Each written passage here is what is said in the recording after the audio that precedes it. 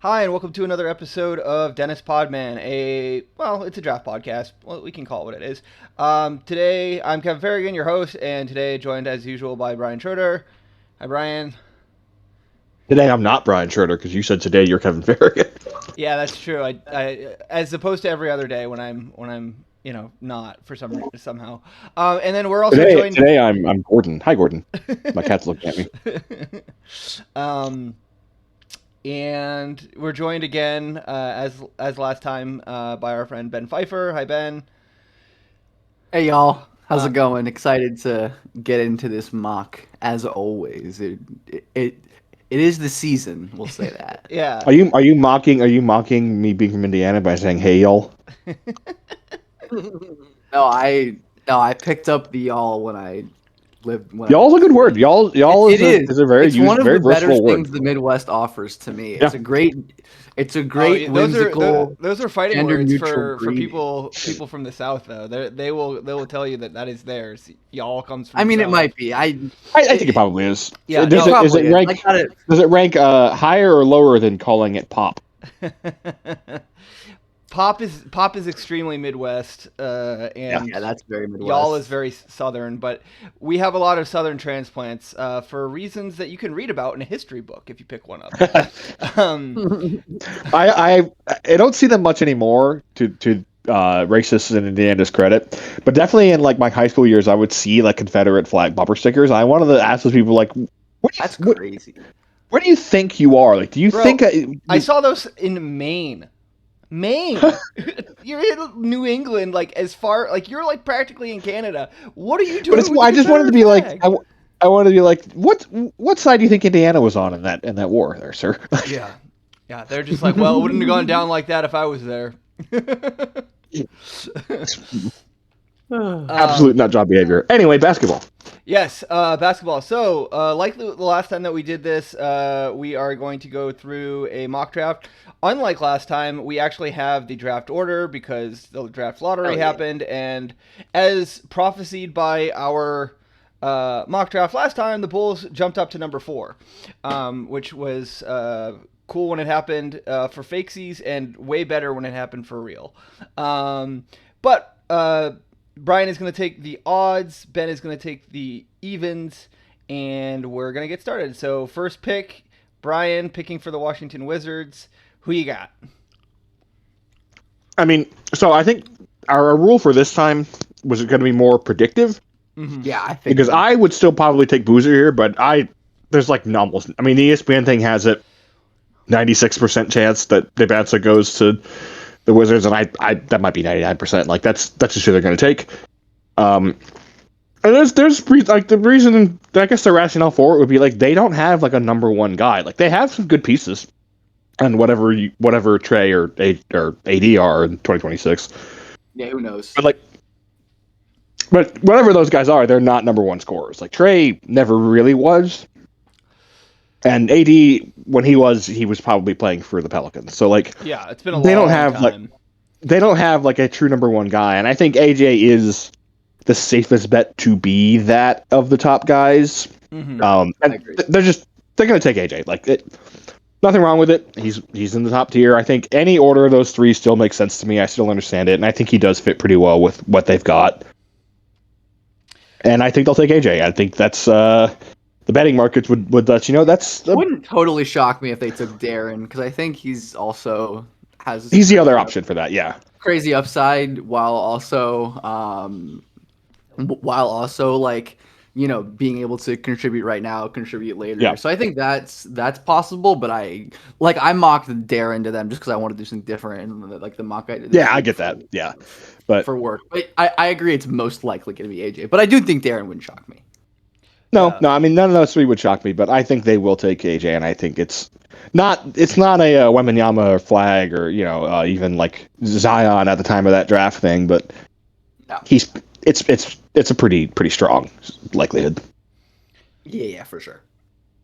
Yep. And I think honestly, like my understanding is that the reason it's not those things, those other drafts, is mostly just because there are these other good options that make it. Oh yeah, like if Boozer Not and AJ's Darren weren't fault. in this draft, if Boozer and Darren weren't in this draft, AJ would be the number one prospect by a significant. Like Yeah. Oh yeah.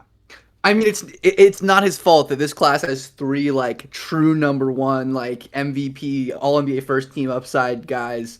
yeah, And most drafts don't even have have 0 or 1. It's like it's not AJ's fault that this is the draft, but yeah, I mean, I certainly understand the skepticism with him, and I have him third. But like, if I'm not going to be mad at the I get it. It's hard not to. Yeah. yeah.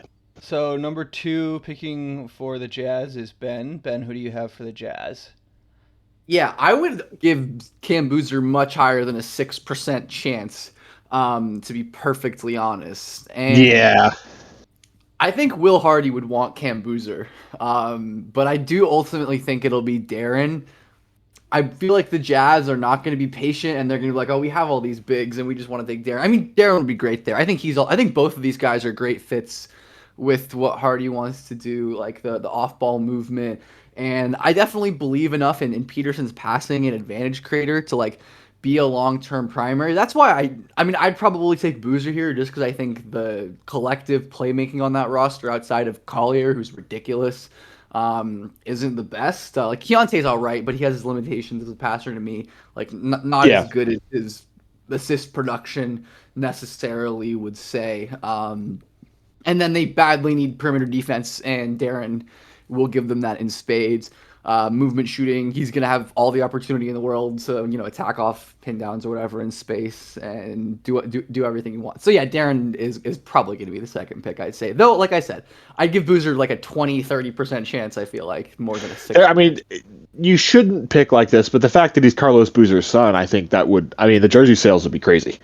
Because that's like that is the one fan base that still, I think, holds that he played for, that holds him in very high regard. Yeah. They love him there. I mean, I don't dislike Carlos. I was disappointed. No, but I think the Bulls, LeBron, but I think Bulls fans, yeah, I wouldn't say they think quietly or lowly of him. He's just a guy who played for us. Like, I don't know. Yeah, it's true. I mean, I have fond memories of him accidentally punching a referee in the dick, him wearing shoe polish on his head, yelling "Get that, Joe!" every time he couldn't get to a rebound, just telling Joe Kim to get it. He was a starter. He was a starter on the last truly good Bulls team, so there's definitely some. But yeah, I think I would agree with Peterson because I think Keontae next to him actually makes me like the Keontae fit a lot more long term. Yeah, agreed. Yeah, and I also just think like Peterson. I know Danny is like not necessarily fully running the show, but like Danny loves guards like Darren Peterson, like as you should. Yeah, like big, strong. Possibly the only thing that the two of us agree on. So we'll do third. As much as I'm tempted to have Boozer fall to the Bulls because it's what I want to happen, it's Boozer's going here. Get ready to learn Darius Acuff, buddy. No. Boozer, honestly, with considering what the rest of the roster might look like, I actually don't. You can put my pick in too, by the way. It's Caleb Wilson. Yeah, but Boozer, I mean, he would just go to the Grizzlies here. Like, I don't really. They would sprint to the. That seems like the most Grizzlies pick possible. Yeah, he's one of. I mean, it's hard to think of like a top level prospect that's more Grizzlies coded. 2 John Conchars in a trench coat. Yeah, I mean, 12-foot tall John Conchar. I am excited for Caleb in Chicago. I feel like he wants to be here really badly. Yeah, that's a good thing. Yeah, he's gonna be awesome with Matas. I'm very excited. I feel like we probably say the same thing because we're doing the same pick, and it's like as you should. But yeah, I'm excited to watch like minimum 4 dunks a game. That sounds cool to me. You know what else is nice and it's a nice positive of if they pick Caleb Wilson. This would mean that 47 of the power forward minutes of the 48 minutes would go to Caleb and Matas, which means Patrick Williams, you're out of here. They're gonna trade him for jobs. You are fired. Get him the fuck out of here, man. I'm almost at the point. I'm like, they shouldn't do this, but there's a part of me that's like, if they have to attach 15 to move off of him, I wouldn't like kill it. It's just like he's got to go. He's got to fucking. No, I mean they should not do that. But like, all he can say is no. That's crazy. It's like, damn. But like, Trade. man, I do not want him on this team anymore. Like, get him the fuck out of here. Yeah, I mean, I would like just send him home.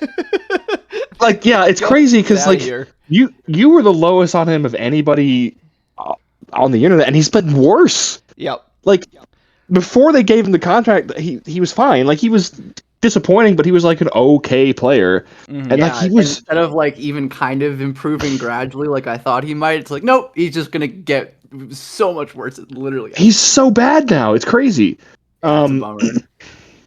5 here for the Clippers. This is where the draft starts to get interesting, I think. But yeah, I mean, so I think I would take Mikael Brown here, or Flemings. But it really does seem like they're going to take Keaton Wagler. Like, that's the smoke. Now, maybe the smoke is not always, there's not always fire, but this seems like they're going to take Wagler here. I mean, again, top 10 player for me, good player. I understand it. Yeah. So I think I'm going to say Wagler. I think Wagler's talented. I just really, I mean, you should never draft for fit. So, like, what I'm going to say is going against my own principles. But I really hate him and Darius Garland together. I just don't like that at all. Even though he's big, he's got short arms, and he's not very athletic. Let's say you have the exact same grade on all 4 of the guards that are like consensus here, then you should think about fit. Yeah. I mean, I think I like Mikael Brown a little bit more just because I think he's more athletic. He's more athletic and has like similar size to Wagler and probably better when you look at his length and stuff. I did get it from the perspective that like Wagler is like theoretically I think has a good amount of upside with the way that he can score and dribble and process the floor, but also like should be more ready and can fit in because the Clippers are always like half in, half out trying to win. It's like it does make sense from that lens, even if I agree. I mean, like I don't think I agree that Wagler seems likely. I don't think it's like gonna be like it's not gonna be a terrible pick. It's not horrible, but it's not what I would do. I agree with that. All right. Yeah, I think I would take any of those 3 guards on that team over him. But again, he's a top 10 prospect for me, so it's not. I'm not gonna be. I don't mind. This is the tier. All right, Ben, you're up. Brooklyn. Should we hit him with a Nate Ament blast? I don't. If you want to kill Nets fans, yes, but that does seem there's a lot of smoke about that. If we're Jordy going, make him good. If we're going just based off the smoke but he kind of doesn't really feel like. I mean, I feel like last year the Nets had a very specific type of like smart with like some theoretical ball skills, and like I just don't think Ament fits that. Like that. I mean, like that would much, lead me to Kingston or Michael or even like Mara. I think but man, I don't know. I mean, I think in the mock that I'm writing, I gave them Ament, but I'm not gonna do that. I can't. I feel too bad. I'll just do man, because I feel like I don't know. I think Kingston and Michael. Tough for me to separate a lot of the time, especially those are 2 I would yeah. Still feels like a blank slate to me in so many ways. I'll just go with Kingston since I have him like ever so slightly higher, and I think he's the Nets are gonna like him as well. But that could easily be Michael. So yeah, they could also be really mean to the Kings since everybody knows they want Acuff and that could be funny. and draft him ahead of them. Yeah. Make them trade up for it. Yeah, exactly. That would be amusing. I'd like that.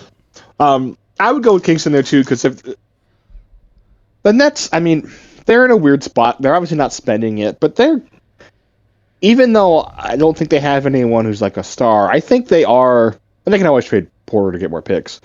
I do think they understand that Jordy's a good enough coach that like they should start doing what the Wizards did like this year, and like let's get some like pieces. Let's find out who our role players are before we find.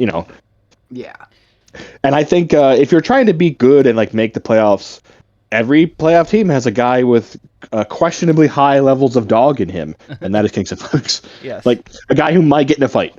That's Kingston for me. I love him. So I know you guys both really like Kingston, and I think I'm on the more skeptical side of him when it comes to like basically everybody on the internet. And you guys watch him a lot more than I did, so you're almost certainly right. But sell me on him, like given the fact that he is okay, here are my red flags with him that make me very concerned about his translation. So he's pretty small. He's like 6'2", with like a 6'3" wingspan. I don't love that. He's underweight. I think he's like 30th percentile weight for a guard. And he's got that weird kind of janky jumper, so he didn't shoot a lot of 3-pointers. And that makes me worried about his ability to shoot pull-ups as a small guard. So like, I'm not worried about that at all. Why am I wrong about those things, or why not to worry about them? Weight and the length, I think, are reasonable. He definitely measured smaller than I expected, but he didn't play like he just doesn't play like a little guard. Like, he's so fast and like upright at the same time. Mm-hmm. It's almost like, this is not a good comparison that makes him seem like a top 10 pick. But it's like in the same reason that like Schroeder has just always been a competent player. It's because he's really fast and like not small, Mm-hmm. like by NBA standards. And Kingston I think he's the fastest, like quickest player in this draft for sure. His handle's really good. I have no worries about the pull-up shooting. Like, he's awesome inside 20. He's a dog. It's just like, getting his range out. Like, I think it will be a couple of years before he's really comfortable taking, like, in the same way that I'm maybe backing off the Billups comparison because of the size, but the same way that Chauncey like wasn't a good shooter when he came in the league. It took him a little while, and then he became honestly a guy who was like 10 years ahead of the curve as far as like pull-ups were concerned. Yeah, I just think a lot of.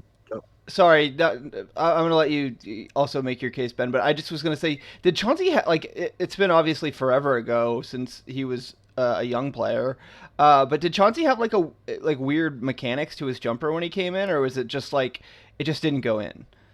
It's hard to say because like I don't remember enough, but also he just didn't shoot. I don't know. Yeah, he came in like what 90. Yeah, that's true. They all, 96?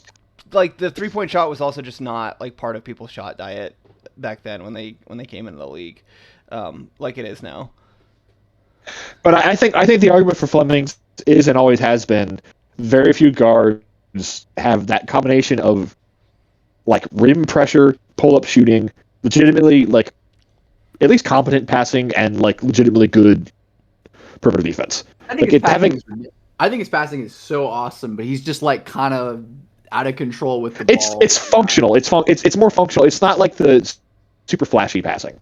I would say. He's not. I think a lot of this is related to like handle footwork stuff that limits like the way he can gather. I think my upside case is like Kingston was so impactful and has such clear like star level traits. Like you said, like I think it's just the advantage creation and then the way he can process on the move. And I think so many of his issues I believe are fixable, which kind of gives him a lot of pathways to getting better. Like the pull up, like you said, Brian. Like I think he is such a good pull up mid range shooter that I trust him to figure it out. Like he's a great free throw shooter. He's got great touch. So I think a lot of it, like his finishing issues, I think are like footwork. I think one of the biggest swings for him is going to be adding weight for sure. Which is going to be hard to know, obviously, but like, again, I feel like from everything I know, like the work ethic seems good. He's not like, he is still like, I mean, it looks like he still has plenty of room to fill out. So I think there's room for that to grow. And then I think he could stand to get a little more flexible too. Like you said, he's upright. He's like, is straight up, but I think that can lead to some stiffness at times, like trying to get lower than people. Overall, I think aside which is why his ability to get into the paint is so impressive. He's not that good at that. True. I feel like just pure foot speed. His ball control isn't crazy. Like he has all the physical tools to be like a great like he changes directions like crazy. He's fast. He's explosive. He can he can be deceptive with his movements. His ball control is just inconsistent. So I think so many things that kind of led to Kingston's issues. Plus the Houston context was just brutal. That's the thing. Later in the year, he had some games where he kind of disappeared. But I really think like it's hard to put a lot of stock on that because he's never again for the rest of his basketball career going to play with two other guards on the floor who are that useless offensively. I mean, Sharp. And two bigs who don't shoot beyond like 17 feet, really. Like Sharp, I'll give credit. Sharp has his moments, but Sharp is very streaky. Yeah, like he comes and goes really, really fast. Second best offensive player. That's brutal. Like that's Sharp Yeah, Sharp is good, and like I think he's an interesting like second round guy. But like, there was nobody else who could dribble on that team aside from like Uzan, who couldn't do Yeah. anything with the ball. Yeah. And then again, there's nobody creating shots off the ball for Fleming. So Yeah.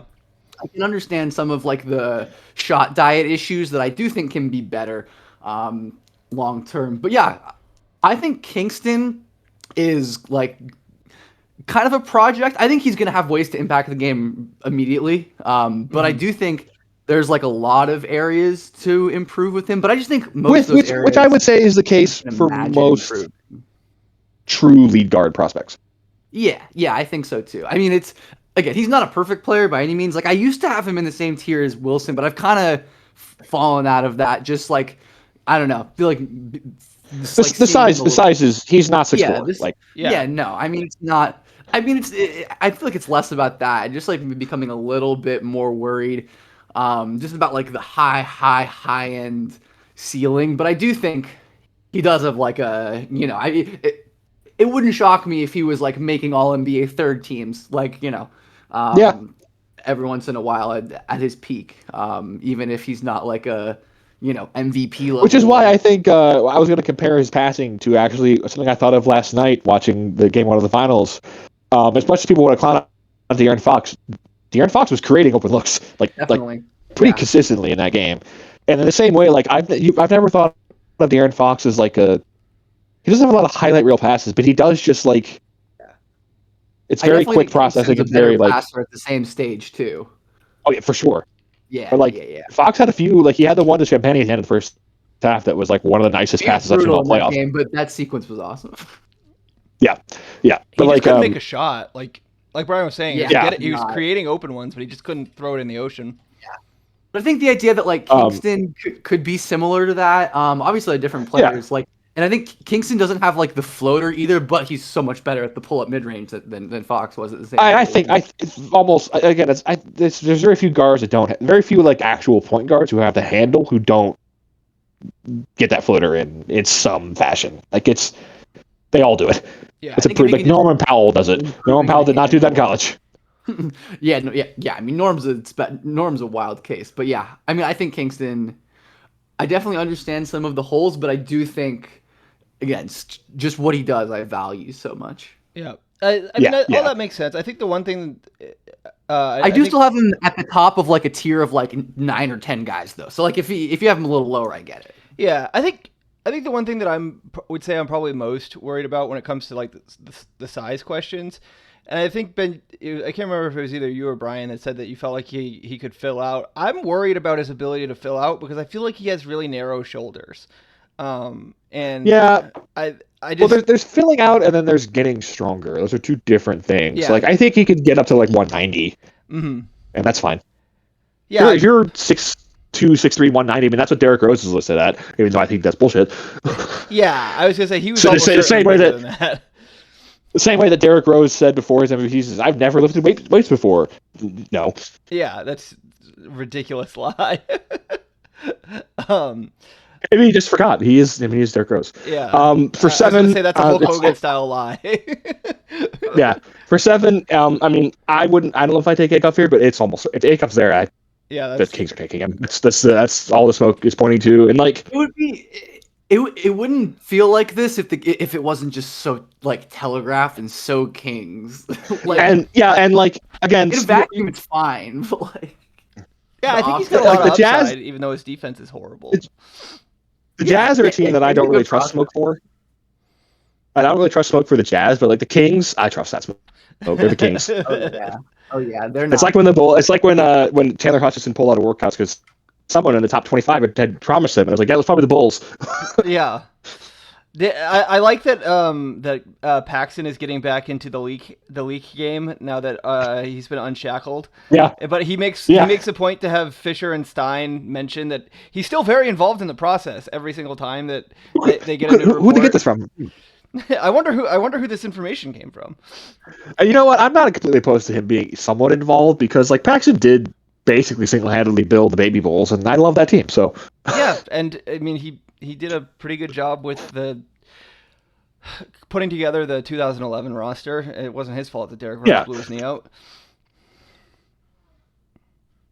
He's probably better at it than Karnisovas is, so that's fine. Yeah, low bar, but yes. All right, number 8, Ben. This is an interesting pick too for me. Yeah, there's a lot of ways. I saw the guy who like makes this mock posted like the consensus version, and that had Mara, which I do think is well within the realm of possibility. It seems possible. Yeah. Yeah, I still probably see. I'm stuck between two minds of they double down on like the no traditional primary thing and go with like a Burries here, or they're like, all right, I'm tired. I don't want to do that in the playoffs again, where we're relying on CJ post prime CJ and MIP Nikhil to carry our offense. And I think that lens speaks to me more strongly, which then leads me to Michael Brown Jr. Yeah. If it's me, I'm The- thinking Michael and being stoked personally. I'm not really thinking about it, but I do think, assuming like the back is fine, which I suppose is somewhat scary. Yeah, back But I is do scary. think, yeah, definitely scary, and I understand. But you know what? I would have told you when Michael Porter Jr. was drafted, there's no way he's playing 10 years in the NBA, and That's true, and he's like he probably will. he has like, yeah, and he's like, And his had back is plenty way of worse than seasons. whatever's wrong with McKells. He's had plenty of seasons where he's playing 50, 60 plus games, and like I think Michael really does have LaMelo Ball in him. Hopefully, better at operating motor vehicles, but like Making decisions off court. Yeah. I mean, he's like again, he's like kind of a wild horse that you have to rein in. But like, I'd rather that than a guy who can't make the kind of plays that Michael can make. Like, I just need him to slow down, and chill out, basically. Like with the shot selection and with just like how.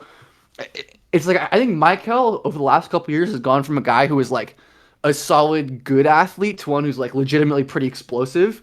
And it's like, oh my god, I'm explosive, let's go. And then all of his drives are just like 0 to 60 without much. Yeah, I mean, I would go as far to say that if you're ranking these guys solely off like the highs in their highlight tape, keeping Boozer near the top because he's Boozer, I think probably is fourth or he's probably fifth. Like, yeah. I mean, I think in terms of just like pure like creation ceiling, he's number one outside of the top 3. I think for sure. I mean, I think he is undeniably. Well, I only said the highlight tape because Caleb has the crazy one of the best highlight tapes of any recent draft prospect. It's insane. I mean, yeah. I mean, but Michaelis is not that far behind. Like he's got some real stuff. I think the lack of if you're like critically evaluating the highlight tape, I can and have poked holes in Caleb Wilson's, but just in terms of cool factor, yeah, I mean he's ridiculous. Like, yeah, so many. Michael is not that far behind there. Yeah, Michael. Like he's got some real stuff. I think he's also a good balance of that, plus like being really or having potential to be impactful on defense. Like I think he had some really good games down the stretch. Put like a pretty consistent like playmaking and just like solid play-to-play defense. So I think again another super skinny guy. That's going to be a big thing, of course, adding weight, holding up against strength in the paint, whatever. But he's long. Yeah. I think he tries. He's got pretty good awareness for a freshman guard. I know he's older and he should, but yeah, I think Michael will be a slam dunk here, effectively. Nice. It's a good spot for him. 9. I'm gonna go. The recent smoke is. I'm not based this on the fact that I know anyone who may or may not do a Mavs podcast.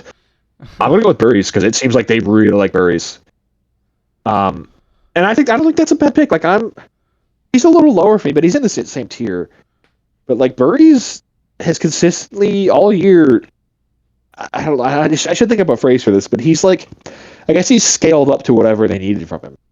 Like he's malleable. He's just kind of consistently just does the stuff. It's I don't know how to describe it. It's like a Clay thing almost, where like because Clay, especially when he came into the NBA, did like 2 things, but he did them so well that he just kind of. You need to play 38 minutes. All right, here he's going to play 38 minutes. He's going to hit like 8 threes. And Burries, I mean, he's a very different player than Clay. Obviously, he's a 2. But like he shoots when he's open and he attacks closeouts when they happen, and he gets to the rim on those closeouts, and like he just puts buckets in. I think it's especially if they think they're gonna keep Kyrie for a while. I kind of like the fit because he is like a true scoring two. Yeah, it's a little rich for And me. it's like I mean, I'd prefer it's definitely a so little many rich. so many other guards, but like independent of the class, I think he is a perfectly fine mid to late lottery player. Yeah, I yeah. agree, and a And it good seems fit like here. they like him. Yeah, they like him a lot. I mean, I would take LeBaron here. I Same. think, but I think they like it. It might be a size thing too. They may just want to be playing up. That is a Masai thing. He does like. I mean, he always liked the team full, as I call it, the friend of the show, Tom. Tom, not Tom. All his 2K teams are always like everyone is 6'6" to 6'9". That's all he builds, and like Burris Project isn't 6'6", but 6'9". he's legit. But he is like he's a big. He's a big Like if dude. you're playing him as like a combo guard, he's big and he's like do you measure like what 212 something like that? He's a big dude. Like he's broad shouldered. Yeah, he's like Yeah, I don't know. I mean, I don't think that would be a better. He's got a good frame. I wish his arms were a bit longer. Yeah, Only plus 2-ish wingspan is a little unfortunate, but but for a shooter, that's usually he's that's a good the defender. normal I mean, he's like again. I mean, I think he has like different flavor of Josh Hart in him, like with the Yeah. transition game, and he just like Part of that seems is to be in the the right place. way he looks. Yeah, definitely. I mean, and the fact that they're just like so fast in transition, and that's like to me Burries' feature skill, and obviously when you think of Hart, Yep. Yeah, I mean, like yeah, Burries is great. He's a great like relocation and transition, like flash out to the corner, yeah, open his transition three. game is stellar as a runner and push and ball handler. He makes the most of the possessions he's given, which I think is like Ian really, Cooper would really be good. awesome. That's no doubt. That's a really, really good role player skill. Yeah. That's the thing about Khan that I think I underrated a little bit. It's just like doesn't waste time. He's just like I'm doing what I'm doing here on this possession, and I'm getting to my spot. Yeah, I like Burries. I think they like him a lot. At 10, who do you got then? Yeah, Nate Ament Button. Yeah, that's most obvious. If the Nets aren't going to do it, I know who is. Yeah, I don't know. I feel like there's been so much Nate Ament discourse lately. I've been trying to capitalize with my content.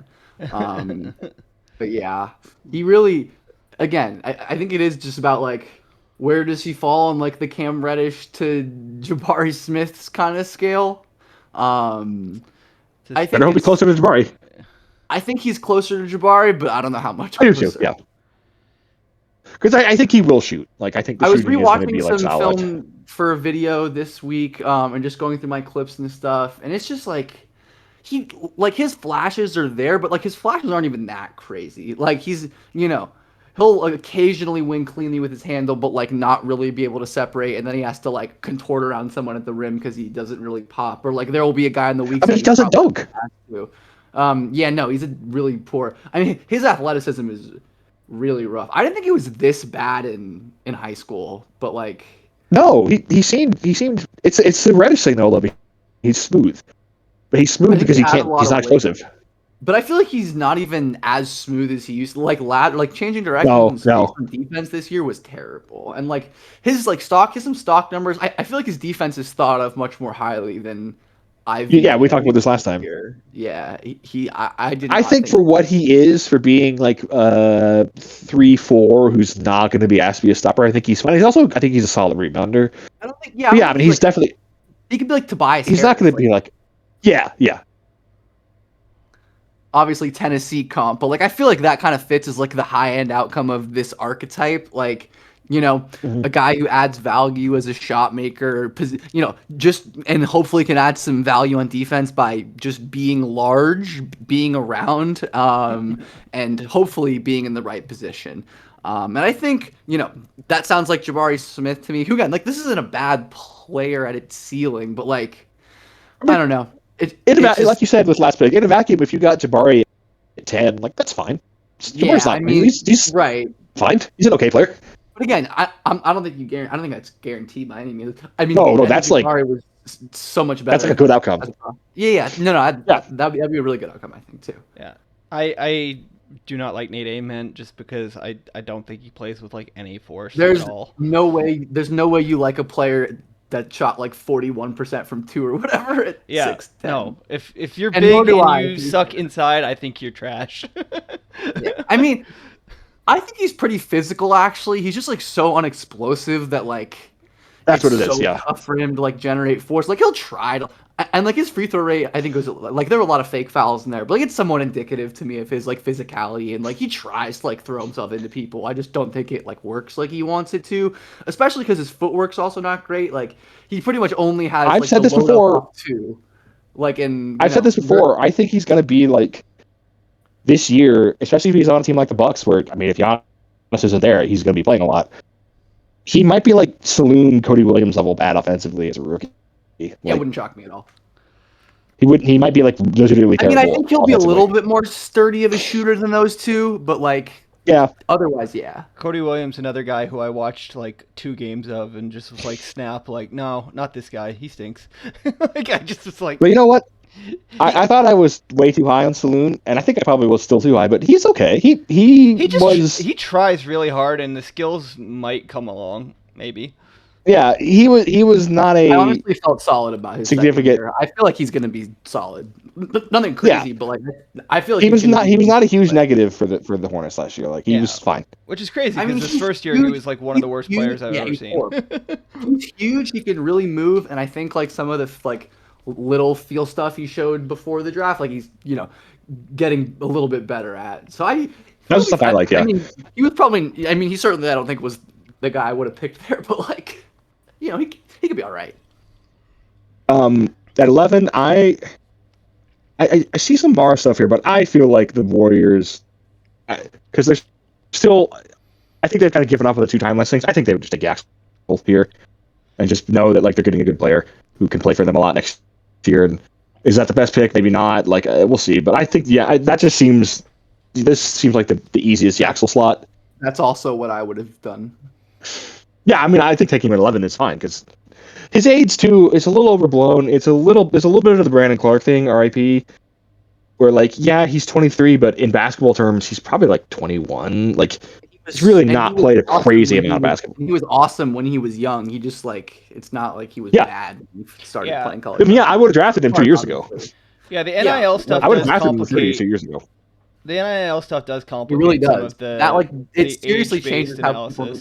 Yeah, 1,000%, and I think people are slow catching up to that, honestly, because like there's obviously truth like to the theory behind it is correct, and like it matters a lot, but well, like part of the reason that age was such a good indicator for so long was because it was before the NIL. It was like if you didn't come out in the draft, that was strong signal that you were not good enough to be an NBA player, right? As a young player, and so you were behind the guys that did come out early. Like it wasn't a perfect thing, but there's a selection bias thing that's happening, and then you kind of take that filtering mechanism away with the NIL money, making it like a much harder decision of like, am I going to go be the 20th pick in the draft or get this $5 million? Let's compare Yaxel to, I don't know if they're the 2 most recent, but 2 fairly recent older lottery picks in Connect and Doug McDermott. Big difference between Yaxel is he's the apex predator of physicality in college basketball last year. Yeah. I mean, the only guy I ever saw him not move was Boozer. He had more than one good high major season. Yes. Yeah. Actually not true, but like more than one good season, I'll say. Like really dominant season. I mean, he was defensive player of the year at UAB. Yeah, I mean, he was like, I started watching it. He was like, I was like, who the fuck is this guy? He was just like dominating people. Man, I can't. Yeah, I mean, Yaxel is just a tank. I have no idea who I want to take for OKC here, honestly. But Yaxel was a tank last year. Like he's 98th percentile physicality guy in college. He'll be fine. Like I'm not worried. This is a tough. I don't know, honestly. I know who I would take, but I don't know if it's who they would take. Yeah, I do as well. But I just go with that then. If you can't, I wonder if they just want to go giant and just take Mara. I don't know. I don't think that's what they. I mean, I would just take Quaintance. That's who I would take. And I think that feels the most thundery. Yeah, I think that's likely. Are we going to go for 3 years in a row of them taking a prospects below their talent level falling because of injuries? I think so. Let's go with it. Yeah, this redshirt guy. Yeah. Yeah, that works out great for them because then they just No don't one have just to give him draft minutes. aside from Yaxel, who's actually going to contribute, like, or at least like in a meaningful way in the postseason as a rookie, probably, right? So like, why not just get a guy with ceiling who we can develop slowly at like whatever pace he ends up needing. Hardenstein's still there for at least next year. Sorber's likely going to play some. They're just not going to have Jalen Williams. Like, they don't need to play him, and he has top 5 like talent. So yeah, it's an obvious pick. I will do something interesting here. This is the point where I don't really have any intel or any smoke. I'm going to take Mara for the Heat at 13. Ooh, I like it. The biggest reason I think that might happen is Eric Spoelstra might want them to do this so they can get rid of Khalil Ware because Eric Spoelstra doesn't like him. He hates him. But Mara, I mean, yeah, that seems like Spoelstra would be stoked for this. Yeah, and Mara, I mean, he's so big. He moved. This is the post Wemby thing. Like, he moved pretty well for a 7'3" guy who isn't Wemby. Yeah. Like, yeah, really well. Yeah, it's like he moved. He definitely is a better mover than like Edie. Yeah. Like by significant or like Boban. Yeah. And Mara is such a good defender, such a good passer. He's like, a lot he's just an obvious. than Wemby too. Like he's pretty. He's like he's like two. I mean, they like played him in pick and roll, like defending at the level, and he was fine. I mean, obviously, Michigan defense was like a fucking buzzsaw, but like, I don't know. I mean, Mara. He was a big part of it. Yeah, he was a big part of that. If you like, you can totally survive doing some different things with him than just like deep drop or like nexting and off ball switching to keep him at the rim. Like, I think there's more you can do with him than that. Like of like the giant guys in the NBA, like Wemby is obviously number 1 mover. Chet probably number 2. Then I mean, he's better than Klingon, I think, for sure, as a mover. Would you consider Mobley a giant guy? He's like 6'10", I mean, obviously not right? better than Mobley, but I feel like he's a different that's fair. I'm thinking like true 7-footers that are like better than I think he's better than Walker Kessler as a mover. And Walker Kessler's not terrible. He's not like a complete stiff. Kessler's a solid mover, but I think Mara's gotten like quite good in that. At least like moving backwards, I think he does really well. Yeah. Who are the other like really tall players actually? I was thinking of like, I mean, where does he rate? Like, I mean, he's not as good as Wemby, not as good as Chet, not as good as Gobert. He's not as good as I was gonna say. He's not as good as Gobert. He's not as good as Mitchell Robinson. Like, no. Mitchell Robinson's a freak athlete. Yeah, of course. I mean, like, he's not as good as Alex Sarr, I don't think, but like, he's better than like Mark Williams. He's better than like Kalkbrenner, Lively, Cornette. Definitely like upper. He's quite good at he's quite good at jumping while backpedaling, which is to me the number one. He's solid. I mean, he's not like crazy. Number one skill of a. He will get Yeah, you want your rim protectors to be able to do that, to be running backwards and like pedaling backwards and jump backwards and not foul. I think he's good enough at that to survive for sure. And he to me, I think the big thing with Mara is that he's smart enough and he reads the floor well.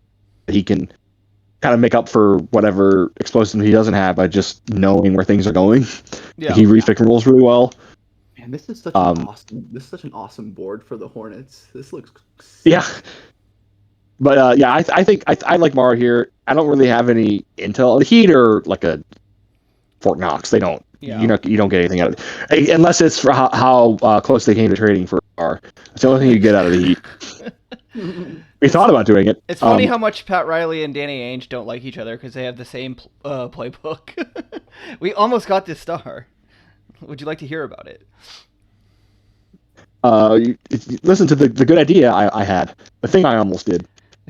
But yeah, I kind of like this fit. Like I was thinking about this when you took Amen, Ben, because I was like, oh, Mara's probably gonna be there because I'm gonna take Axel. So I kind of like that. I think they would just do it. That's a fun pick. 14. Who you got? Hornets are up. Ben, you're up. I think there are like a smattering of good options that fit the Hornets. Like I think almost all of like the 8 players like up here, like the top 8 guys, I'm like, yeah, I can see that. But if we're talking about what I think they would do, I mean, I think that like Celtics tree offense would love Cameron Carr. Like he'd be so good there. And obviously he's getting a lot of buzz lately. I think Merez would be great there, and seems like he's getting a decent amount of buzz right now. I'd understand. I mean Lopez. I feel like is actually mocked pretty high. And Yeah, higher than my taste in him. if But he same if he ends up like hitting what he can be, I think he makes a lot of sense for Charlotte. But I think he's kind of far away. I think Steinbach makes a lot of sense for them. Like they need more physicality and rebounding outside of Diabate. just production. Yeah. Yeah. I mean, like a guy who can score without relying on like ghost screens. Yeah, I think I'm gonna go Steinbach. I think he's just I like that. one of the better players available, and I think his rebounding clearly fits with what they wanted to do. I think they could really use like a reliable interior scoring option like him.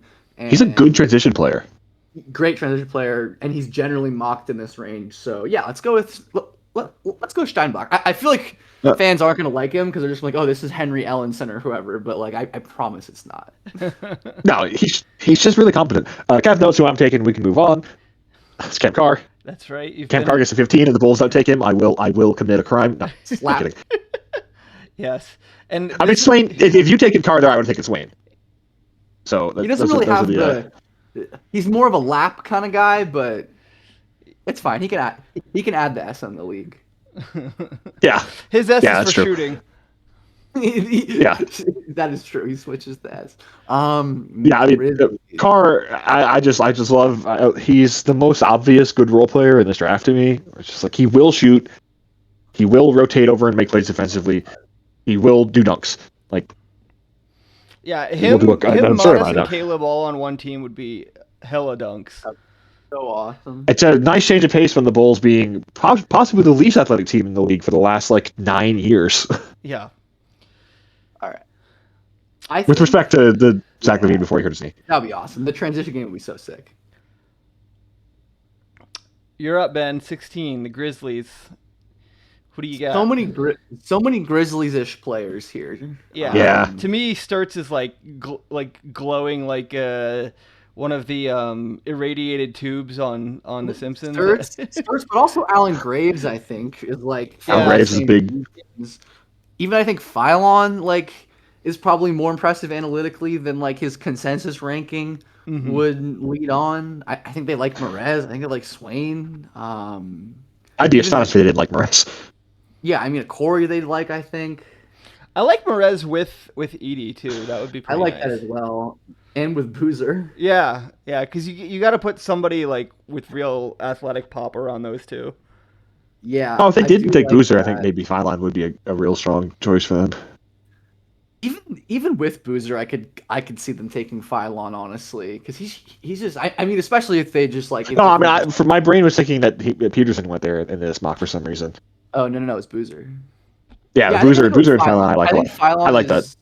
Yeah, I think Phylon, especially considering Jaws probably gone. I really like his fit next to Ty Jerome. Honestly, I mean defense makes some questions there, but I love that fit. And I mean not that it matters for this. He's my BPA by a mile. But Significant, yeah.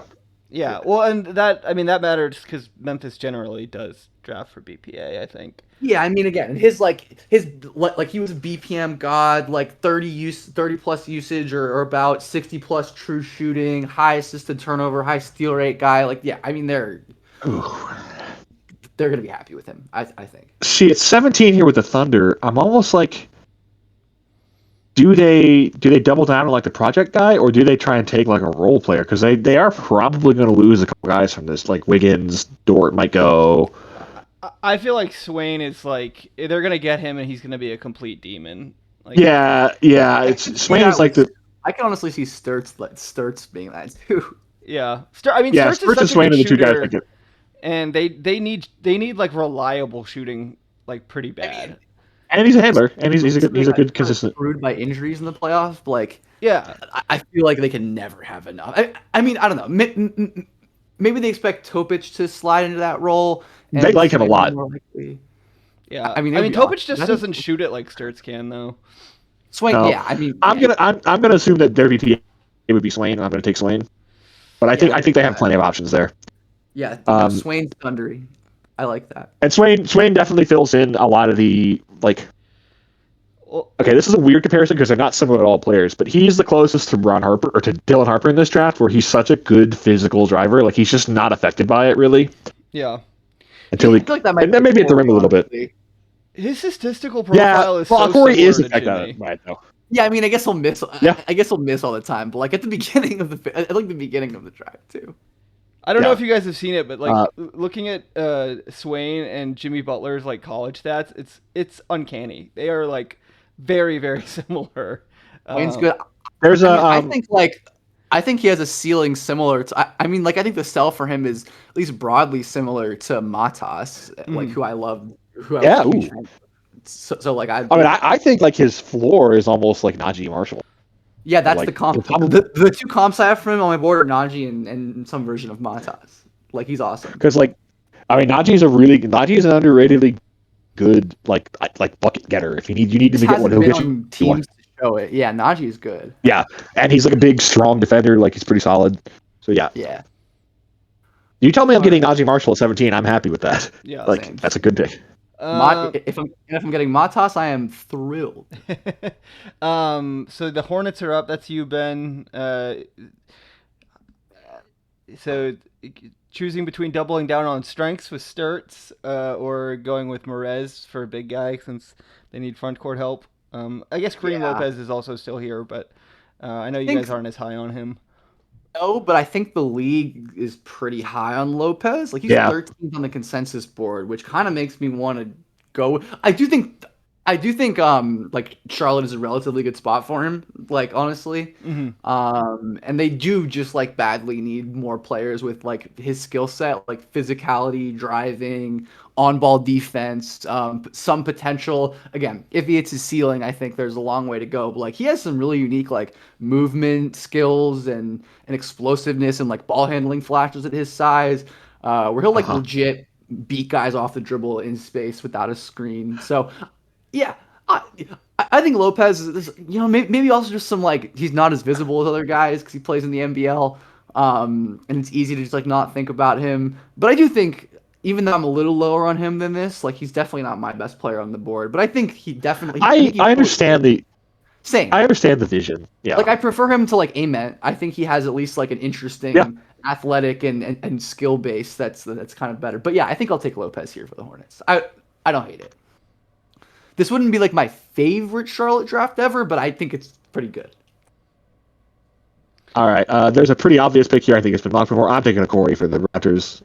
Hell yeah! I did a Raptors. We need the advantage with Samson Folk and Corey is the guy for them. 1000%. Yeah, I mean it's Contra my general small guard skepticism, I love Corey. Probably because he has a 6'7". well, he's so.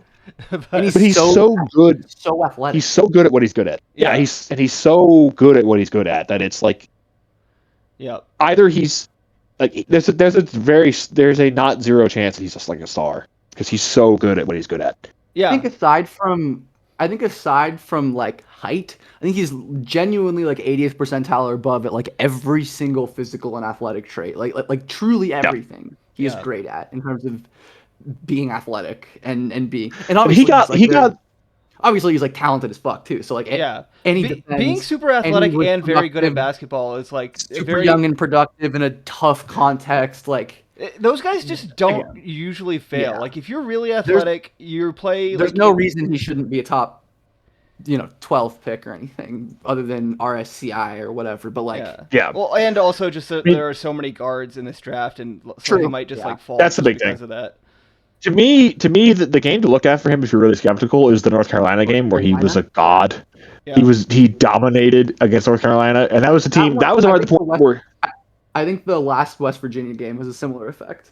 Yeah, but he by that point he was being scouted pretty heavily in the ACC, and North Carolina. A lot of teams just like ball denialed him, or they just like hit him with physicality, and he just didn't. He was just like okay, and did just not pass them anywhere. Like absolutely rocked up and so explosive. Like it's just like He's also has like the same thing as Michael, where he's like a little wild and he just like and runs, but again like has good touch, good free throw shooter. Like probably, I feel like he's among at least like the lottery guys, might be the best ball handler in the class. Trying to I think think. so. Yeah, I mean, Acuff is probably his closest competitor.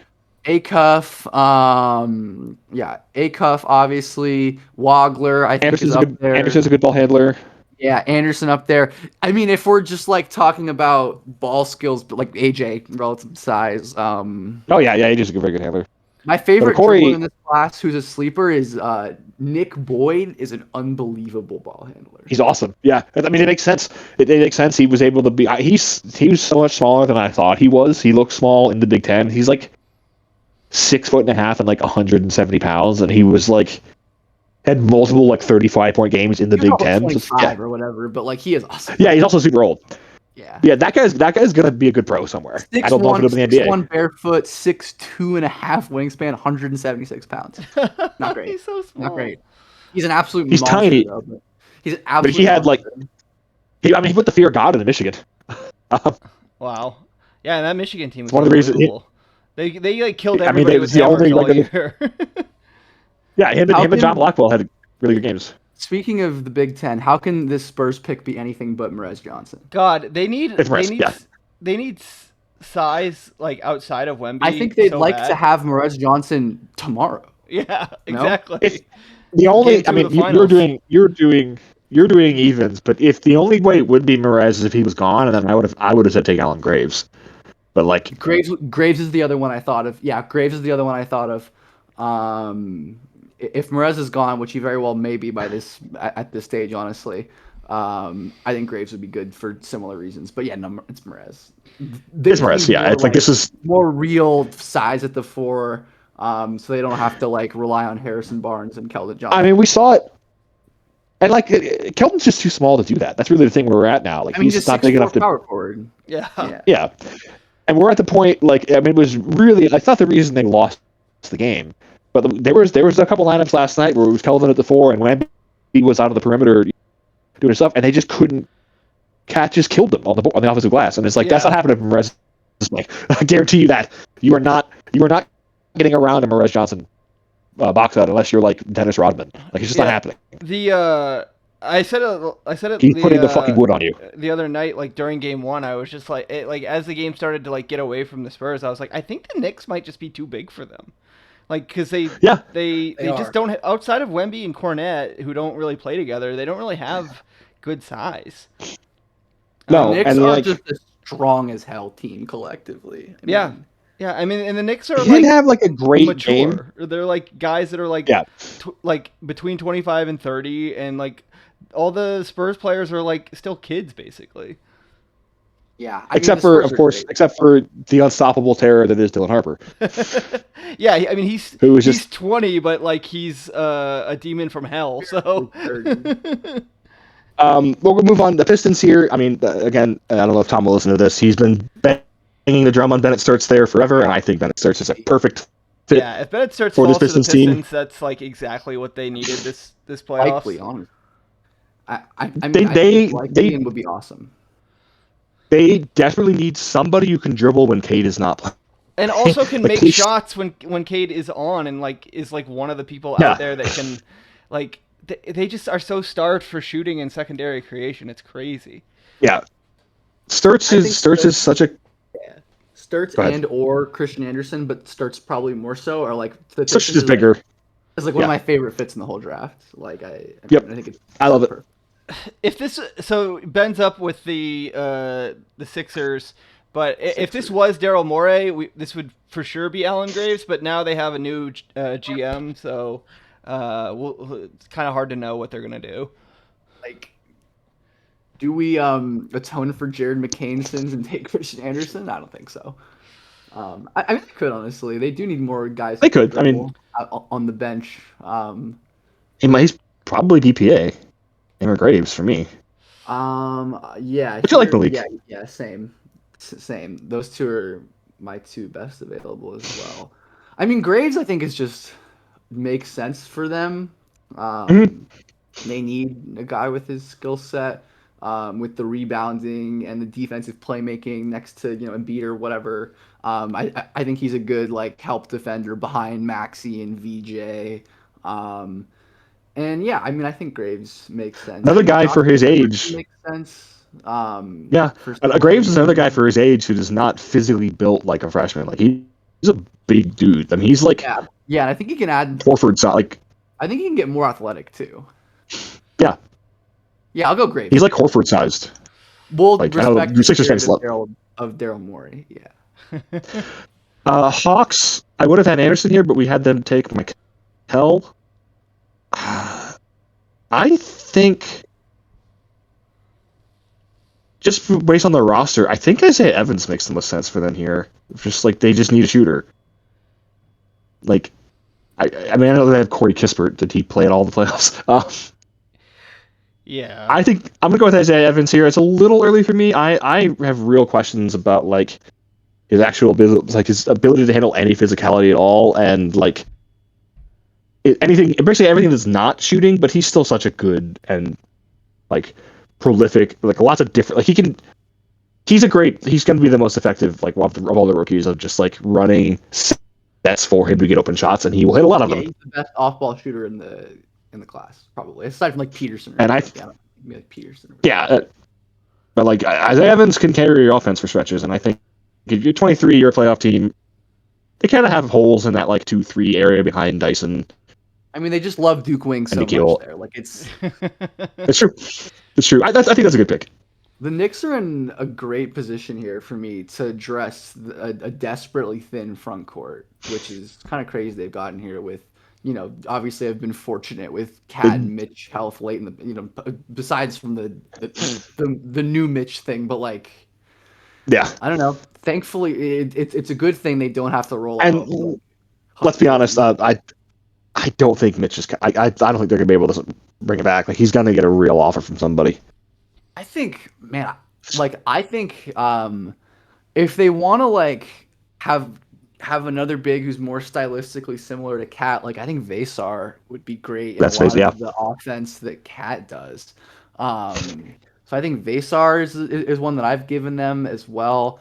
They could just be one. like, F it, we're gonna like go with Sinak and just like bet on the ceiling. But I don't know. Maybe it depends on if they win the title or not. Yeah. But I think Zuby is also a I think Zuby and Terrace are also both possibilities. And I'll say this ahead of time: Zuby would be extremely popular there. Oh yeah, he would. I mean, again, that's like fan fiction, but like, I mean, I kind of man,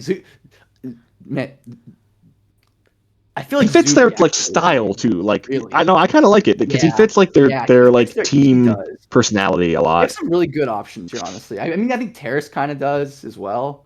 Yeah, Terrace would be fine there. I think I don't know if I've done Zuby to the Knicks before, but I think it's possible and I think it's fun. So let's go Zuby. Yeah, I don't think it's fun. Do I think Vasar? Zuby plays like he's on fire. Zuby plays like he's on fire, and that's a lot of fun. He totally does. Absolutely. I've been putting Joshua Jefferson here a lot, and I still like that, but I don't think I've ever had Vasar make it to the Lakers, so I'm gonna go with Vasar. Yeah, that's cool. I like that as well. He fits their scheme. He just fits like he's gonna be a very good like defensive Luka big, but he's fine. But he's a very good like Steinbach in a way. Like if you get him a good shot, he's gonna hit it. Like just if you run a nice dump off for him, like he's just gonna finish that. He's just really consistent. Yeah, his touch. I mean, he's just like he just does a lot of things at like a passable enough level on offense. Yeah, and I think he moves like he's not a shot blocker, but I think he switches pretty he's a fine enough rim protector in terms of like getting. I think he's going to be a good like defensive field goal percentage difference guy. Yeah. Yeah.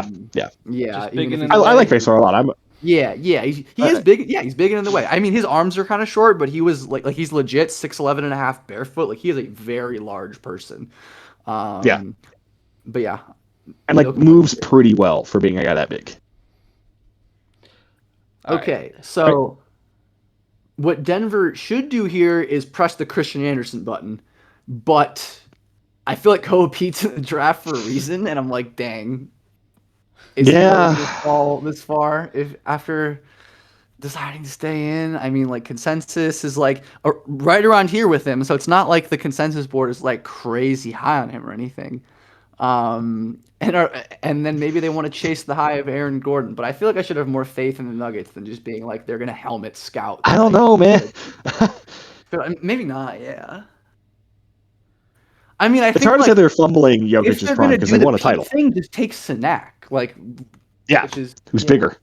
who's like bigger Because and more the athletic. entire problem with Koa Pete is that he's a 6'7" center. Like he's a center Yeah, I mean offensively, and like he's not. Yeah, I mean I don't.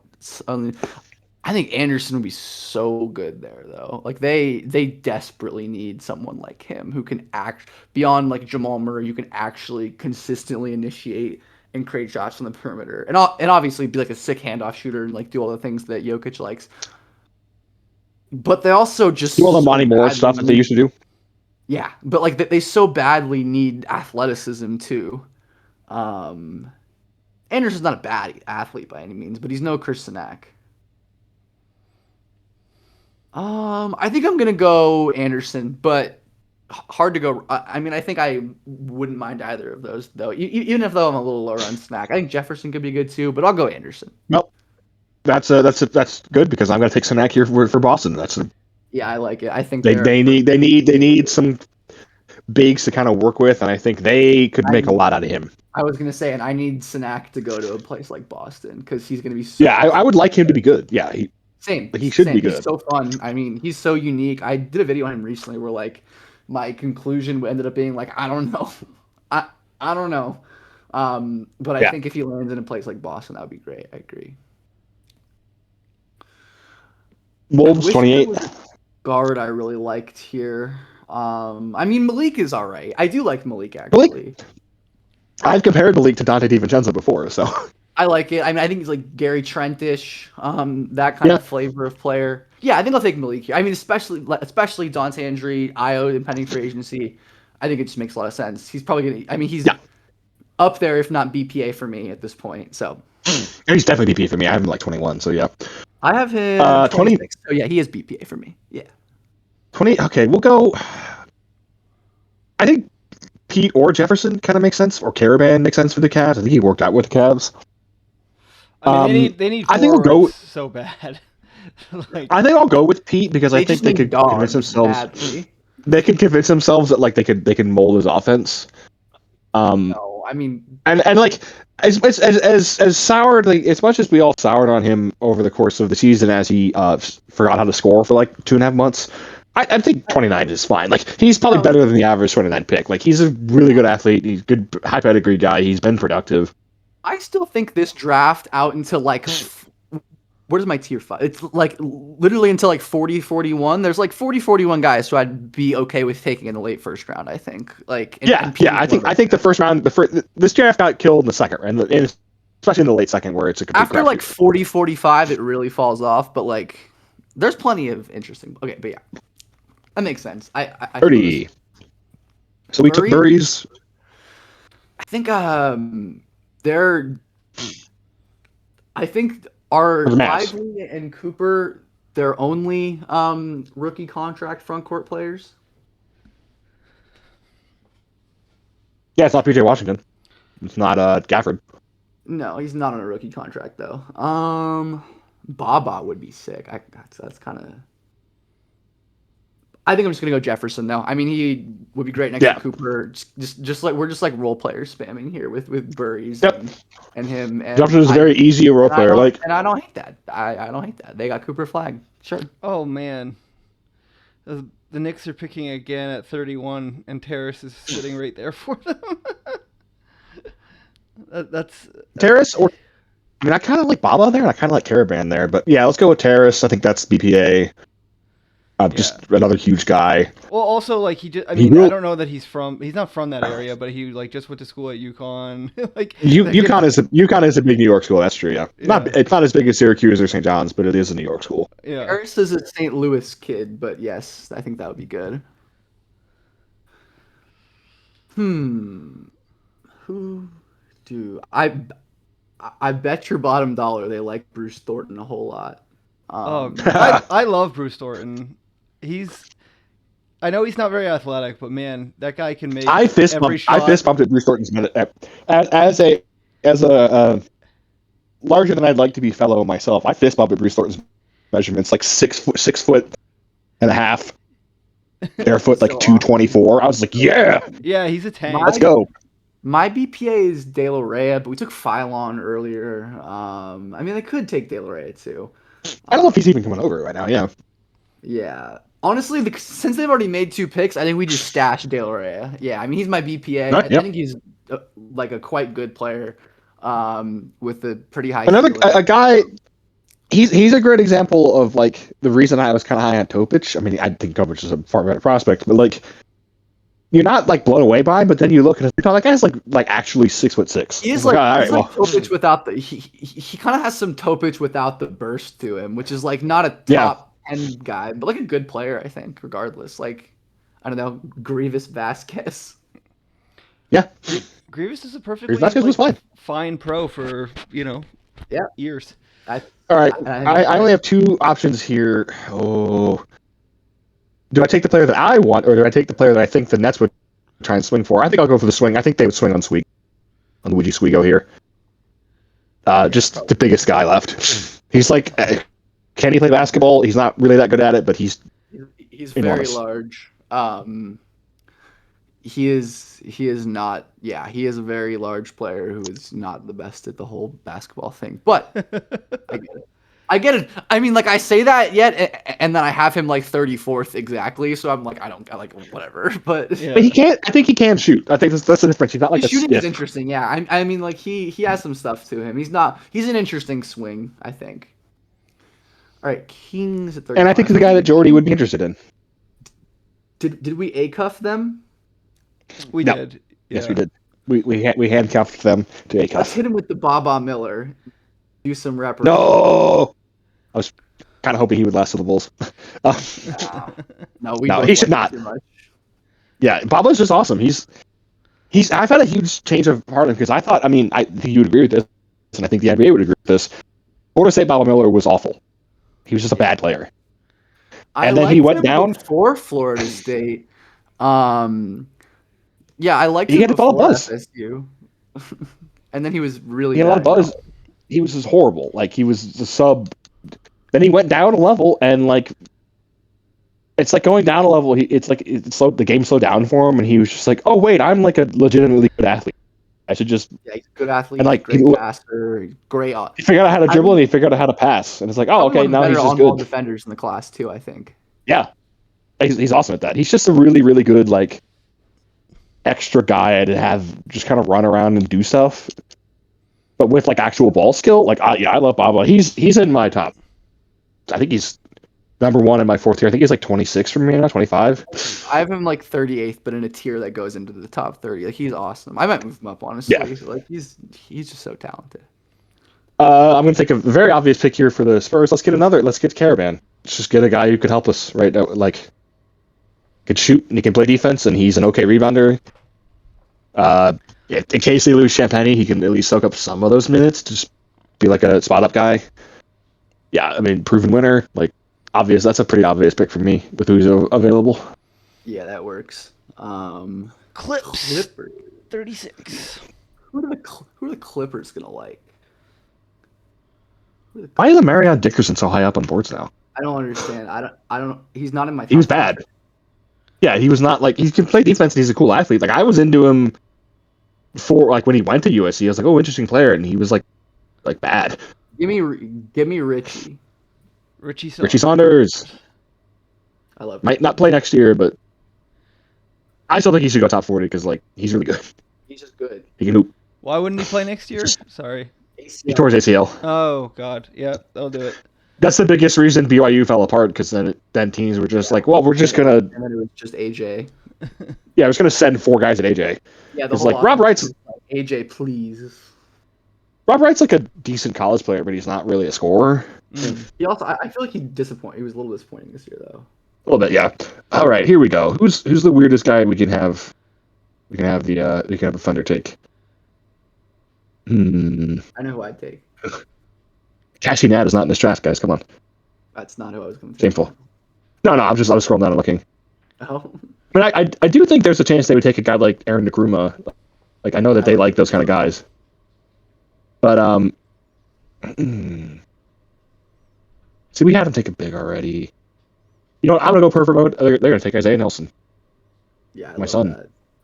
I love that. I'm It's surprised you didn't one leave of the best movers. Isaiah Nelson for the Bulls on the next pick.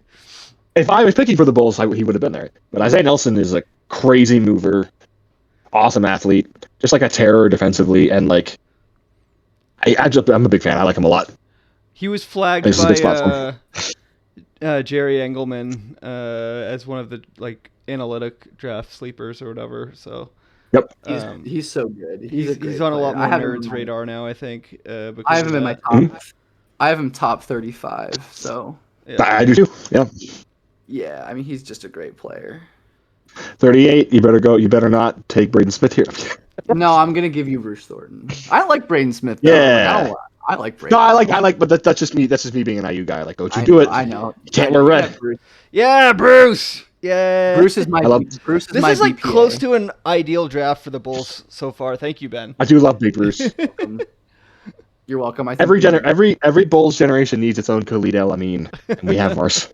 I didn't do much for the. I was gonna say I don't think I deserve much credit for the Wilson pick, but I'll take my flowers for this one. Yeah.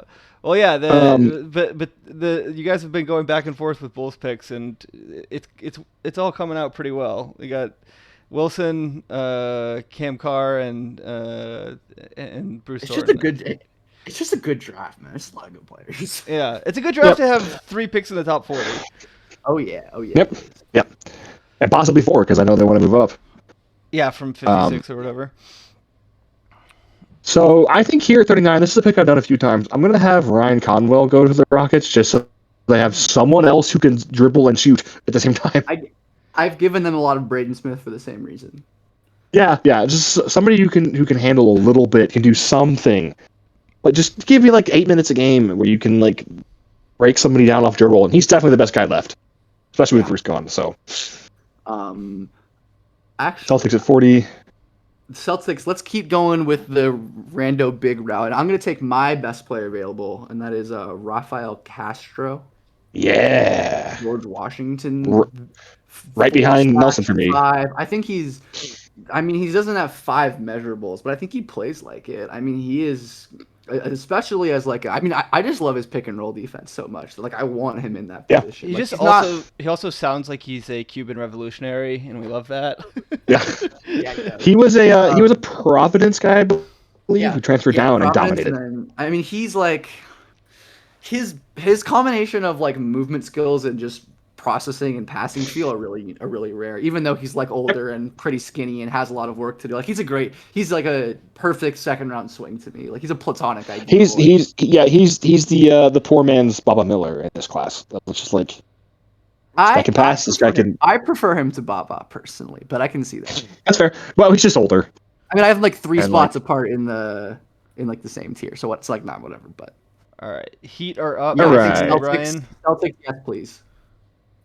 Who's the next Heat guy? Who's the most Heat guy here?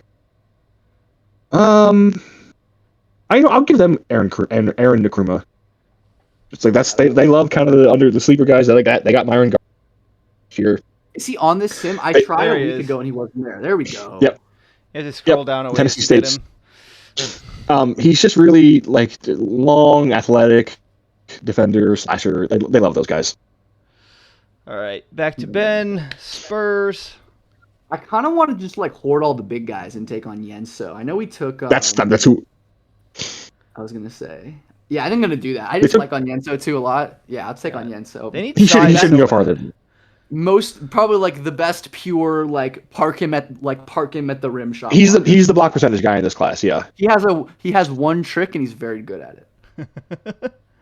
He's the block percentage guy. With a little bit more off, like he's willing to do some stuff on offense. Like he'll shoot some threes. He'll try to dribble like more than your average guy in this role who's like not a crazy athlete. It's like I think on Yenso is awesome. I'm a big fan of him as a second round swing. I will.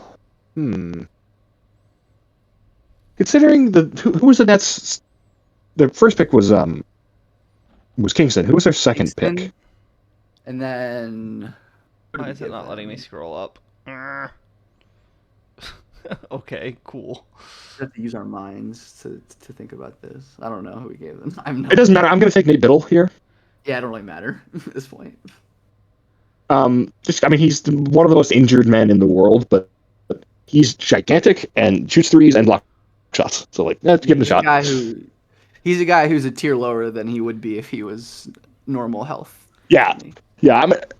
I mean, I don't know if I could see him easily going undrafted because he's just been so even. He's And had I so many like. honestly couldn't fall. Like I don't think that's crazy, unfortunately, just considering how No, I wouldn't either. But I think the Nets. how I think they. This is he's. we're kind of running low on centers here. Oh no! In this range, I think it's great. 44. So we've already taken like 3 guys for the Spurs. So I'm gonna take my highest rated international guy, which is Jack Kyle. Yep. KO. Yeah. KAYIL. Yep. Kale. He's getting some real buzz lately, a little bit more than I'm comfortable with, but just because he's like not an athlete, really, he really struck. Yeah. He's just like not. He's just like 6'3", 6'4", and not an on-wall guy, which is like tough. But he's the thing here with him, the reason why this is a spot that he may go is that he was committed to go to Gonzaga and then is not going to Gonzaga. So somebody told him they're drafting him. Like, yeah, of course. I mean, likely Kyle is good. Like I would be okay taking a swing on Kyle in the second round. Like I mean, he's always just like whenever I watched him in like A&GT or FIBA, he's always like, oh yeah, that's a pretty good player. Like he's never like crazy stood out to me in any way, but I think he's interesting. I think at least stylistically he has some Nemhard in his game, even though I don't think he's gonna be that good. Like I think they have some similar movements and some similar like passing qualities and some similar defensive stuff. But like I mean that's like a way high end outcome, obviously. Yeah. Oh God, Kings. Let's just give them Trevon Brazil. It's just seems like a decent spot for him. He's fine. Another guy who's had what 2 ACLs, I think. Got like 7 years in college, but he's still the positive for a guy like this is even with 2 ACLs, he's one of the NCAA leaders in dunks. He's a crazy athlete. He's just not like a good basketball player, really. But I think he's gotten better. I think he's gotten better. Yeah, I'm not high on Brazil, but I get the vision.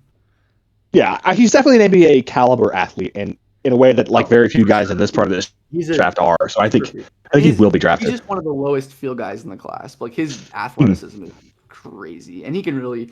I think his shot is pretty good. Like I'm pretty in on his shot. Like I get why people like him, even if I'm a little lower. 46, the Magic. Let's give them the only guy on this picture who can pass and dribble, Braden Smith. Shoot and dribble, but also that. Yeah. Thanks. I mean, Jaden Bradley can shoot and dribble. I mean, he can't really shoot well. Yeah, he will take on. All right. Yeah, that's Suns are up. Braden. I mean, he's just such a good passer. It's crazy. They kind of like the high pedigree guy. I'm gonna give them Otega Owe from Kentucky. It's just like a surplus kind of slasher type. He's fine. He had a big game. He had a big game in the tournament. Best game of his career. A more offensively slanted guy, but at this point, I mean, like whatever. My BPA is Jacoby Gillespie, and I think that would be great. Yeah. Yeah. Let's get a slightly larger Ryan Nembhard. Best role player guard. I mean, I think he's a lot better than Ryan Nembhard. He kind of reminds. I can see him being like Patty Mills at his ceiling, like ridiculous deep range shooter. Just like so much better on defense than his frame would let on. Nate Ament was not the best player on Tennessee by any stretch. Jacoby Gillespie was. He was incredible this year. I think he's awesome. I have him well higher than this, but like obviously he's going around here for a reason. Like he's like a short guard who isn't really a creator. Like whatever. Like you do understand that, but like he's just really. But he had 2 years of this because he was the second best player on the Derek Queen. Yeah, he's gonna be. Yeah, I have. And again, like we said for older players, like he's had that proven track record of production. It's not just like 1 year breakout like Connect or whoever. Yeah.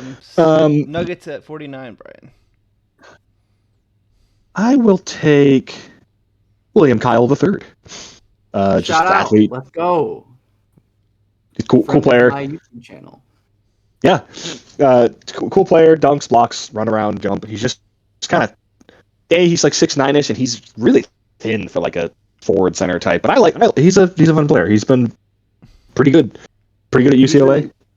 He's an incredible guy too. As was very. I mean, look at that photo. He just looks cool. And he does look cool. I've heard nothing but good things about that guy. All right, yeah. Raptors. Who do I like for the Raptors? We gave them McCory, right? I think early. Yep. Yes, we did. Yeah, which is sweet. I wish there was a center I liked here.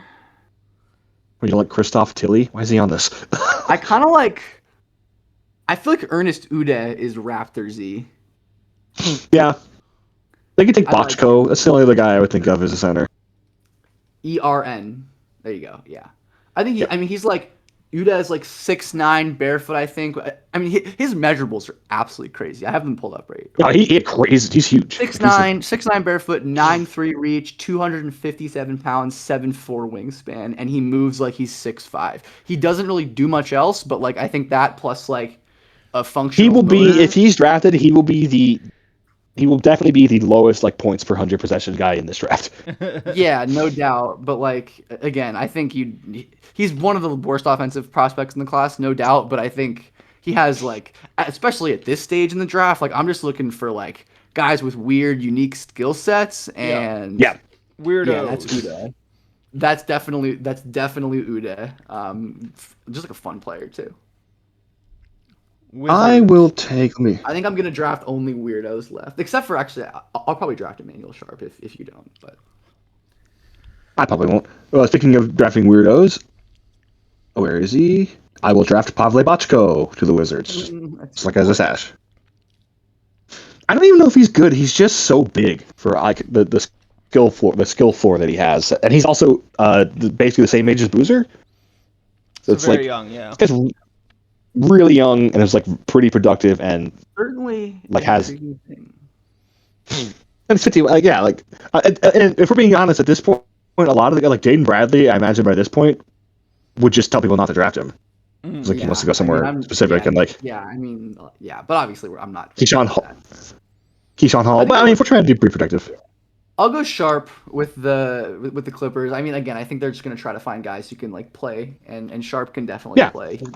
Very Good defender. specific role. I mean, I think he's a good like fit with Kawhi. I mean, like that's the kind of player that's the kind of role player guard that like works with big wing creators.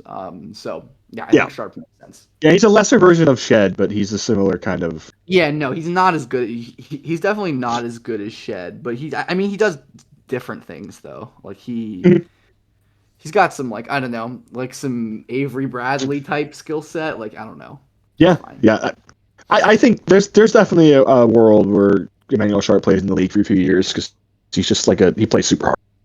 I'm going to take Quadir Copeland for the Rockets. Just get another ball handler in there who has also got weird measurables. They love guys like that. From NC State. He was a Syracuse guy that he went down to McNeese with Will Wade and was really there.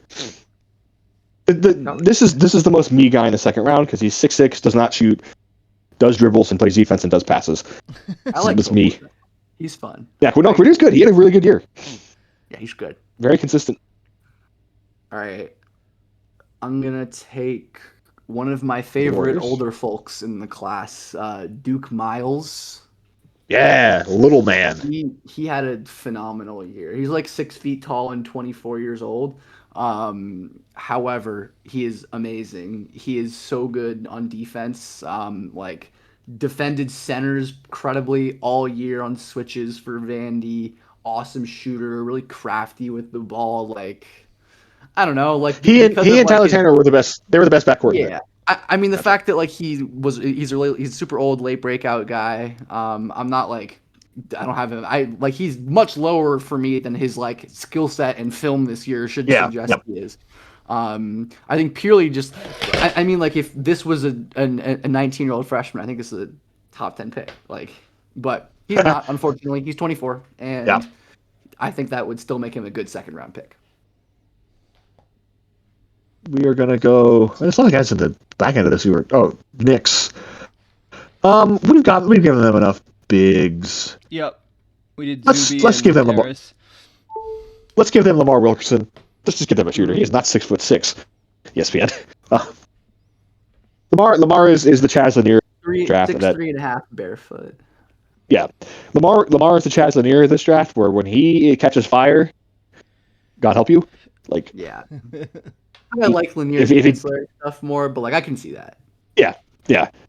But like, I think Lamar will be drafted because like when the shot's going, He's like Antonio Reeves-ish, like same kind of like. yeah, I think he's a little bit better than Reeves, but yeah. Yeah. All And right. Antonio Reeves got drafted. Another bull. Who is my beat? I don't think we've given the Bulls a guard, have we? No. Thornton. We Um, gave do him it? Thornton. Oh, Oh yeah, okay. yeah. Well, Oh because I wanted to give them Taman Lipsy. no. Oh. Curse you, God. I would just love to see Taman. Taman is my boy. That's like my favorite. One of my favorite players in this draft. Taman's my BPA, so I'm doing that. He's Sorry. definitely my BPA. Yeah. Yeah, I love Taman. He's great. He's got a shot. He's got a shot. Hawks. You got long arms. So you took Taman? Yeah. Sick. Taman. That's my boy.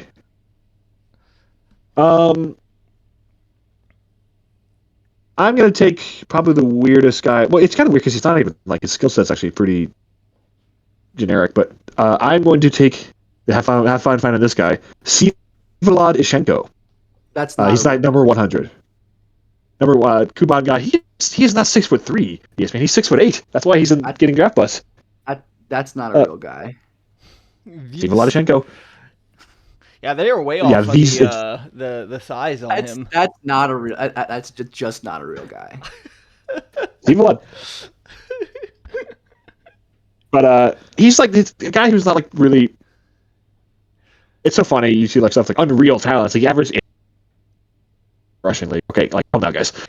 But he's like 21 already. I don't know, but he's like he's shooting 45% from three this year. 45 games, so it's pretty good. Yeah, 3-and-D, 6'7", 6'8" guy with a weird name. That's hilarious. I 58. love learning about new human beings. I like that Ben did the meme of the woman on the plane being like, that motherfucker's not real. That's not a real guy. I had to look up. I was calling him Vizvalad for a while. Then I was like, that can't be how it's pronounced. So I had to look it up. Just not a real person. No, thank you. All right, I'm on the clock. Wait. Yeah, you're on the clock. Pelicans 58. Their first pick of this draft, I think. Is it? Yeah. Yeah, I guess it must be. That is so funny. It's very sad. Awesome. That's hilarious. Who is my BPA?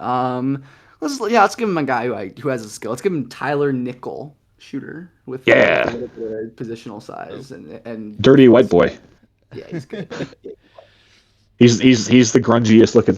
Tyler Nickel is the guy you're most likely to see in YMCA in this whole draft, and you'll be like, "Who's that guy?" And then he'll put like 10 threes on your head. You're like, "Ah, shit."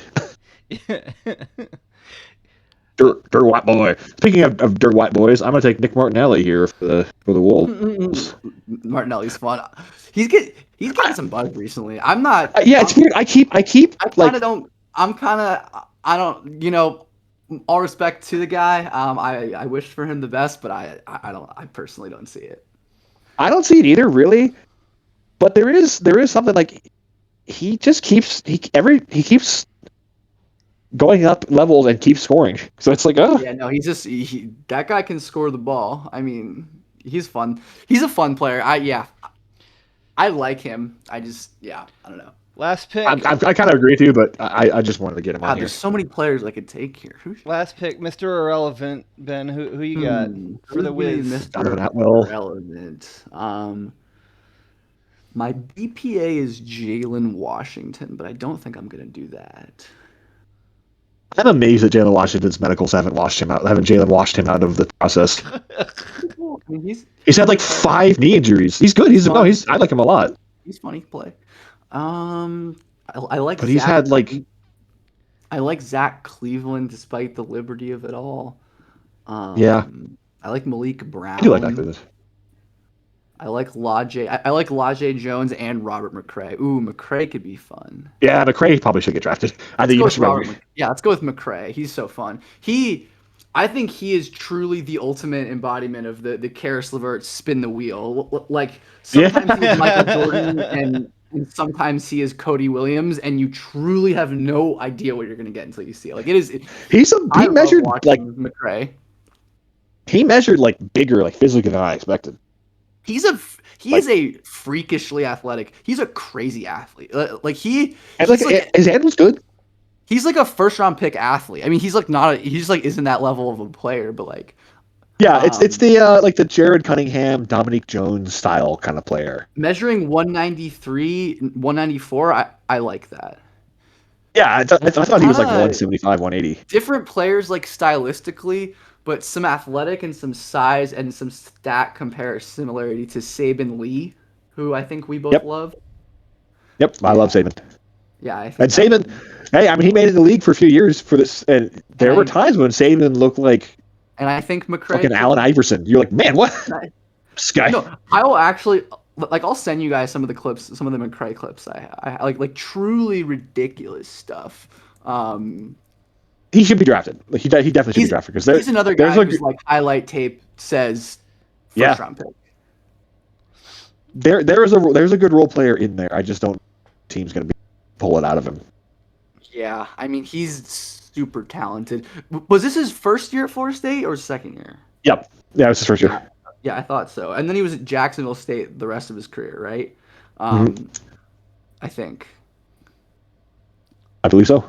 Yeah. So I think like interesting. Again, another just like perfect second round flyer. Yeah, I mean, we're going through all the weirdos here. Who's your? My best undrafteds are Jalen Washington, friend of the show, Yep. Jalen Sellers, Boopy Miller, Carson Boopy. Cooper, Oscar Clough, MJ Collins, Darren Williams, Malik Brown, LeJay Jones, Malik Ewan, Jaden Henley, Zach Cleveland, Toby Lawal. Let's see here. I would have. I took middle. I mean, Bradley is in there. Joseph Pinion, Dylan Mitchell, Josh Omojaffo from USF, Donovan Atwell, Malik Brown. Atwell's solid. I think he's a specialist, but he's solid. Yeah, he's just yeah. Zach Cleveland, Isaac Johnson, Carson Cooper, Anthony Roy, Nick Boyd, Tavari Johnson, Kylan Boswell, all those guys. Jerron Pierre. I like Jerron Pierre. Another guy who AJ Collins also. Who I should watch again because I haven't really seen like the top 100 stuff in the past. But I know people like Jerron Pierre, so I could be. So I should. He's a good athlete. He's just smooth. He's Yeah, like he moves. He like looks the part in terms of movement skills, which like yeah, and the way that a guy like Jay Scrub drafted, Yeah, like those kind of guys. Yeah. It's just like not the kind of thing I value much, but like I understand No, it. I would too. I would too. I am no. Yeah, fair enough. Just like, let's see what this guy is. Yeah. Well, yeah. I mean, there's just plenty of rando second roundish guys. Like Dylan Mitchell's somewhat interesting. Peter Suter is good, but obviously he's limited. Small for what he is. Yeah, Peter Suter is the. I could definitely see Lawal getting drafted. Yeah, Peter Suter was the number one guy on the Miami of Ohio team that had that run this year. Yep. And he's just like a 6'4" combo guard, but like he's combo guard. He kind of played the 3 a little too for them. Like just kind of skilled and really smart. Like he's he's like not that crazy of an athlete or a shooter, which absolutely kills him. But like, good player. Yeah. Well, overseas player probably. Well, that is. I mean, I have more guys. That is our mock draft. I'm gonna cut you guys off because otherwise you'll just keep naming guys, and I need to go to bed. Tobey Awaka, Javon Garcia. I do have a Waka on my board. I gotta take Alex Namodurov off. He went to you at UNC. Yeah, I saw that. All right, guys. Terrence Ginyard. You are still just naming guys. All right. I have Ginyard 71. Yeah, he's fun. All right. Okay, I don't know if we'll do this again before the draft. I think this might be our final one just because we have the actual draft order. Yeah. So, but if you guys just want to do it again and, we hear more intel or things like that where it seems like stuff might move around. What's that? And at this point, I kind of want to just do... I thought Ben said something. Did we lose him? At this point, I just want to. We should do 2027 one. Yeah, I mean, we do that after the draft. I do want to do a. I could just naming, remembering some guys. Do an entire episode of that. Mo Odom. All right, I'm gonna stop this because I feel like we're verging on insanity. But thank you for Ezra listening Alsar. and watching on YouTube. Talk to you all soon. Bye. Jordan Riley.